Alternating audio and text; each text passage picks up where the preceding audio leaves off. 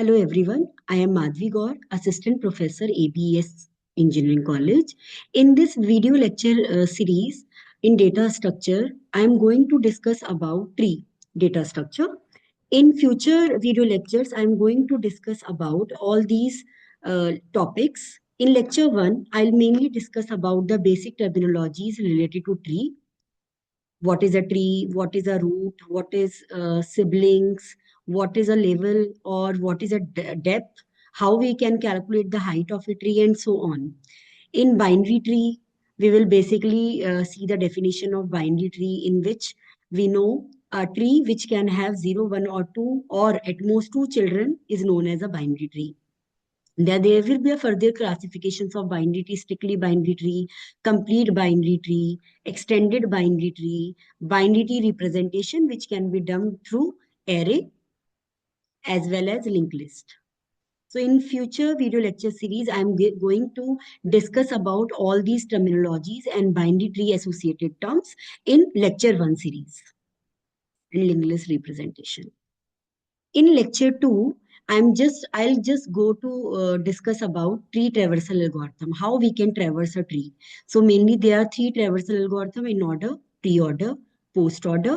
In order, we have to traverse mainly left child, then root node, and then right child.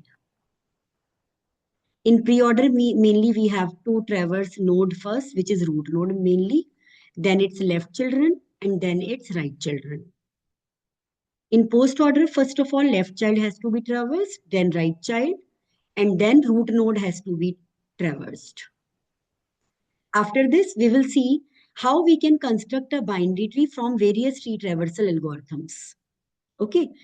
In lecture 3, I'll discuss about binary search tree. If we apply some certain restrictions on a given binary tree, then it will become a binary search tree. In binary search tree, we have to make sure if there is a node, then this node value should be greater than its left child, and this node value should be less than its right child.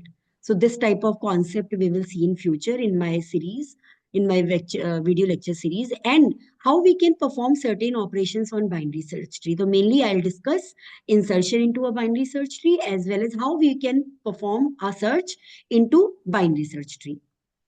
In the consecutive lecture series, then I'll discuss about how we can delete a particular data item into a binary search tree. Then we will see threaded binary tree concept as well as Huffman coding using binary tree, and how we can encode a particular character using the Huffman code. Okay. In next video lecture series, I'll discuss about AVL tree. What is an AVL tree?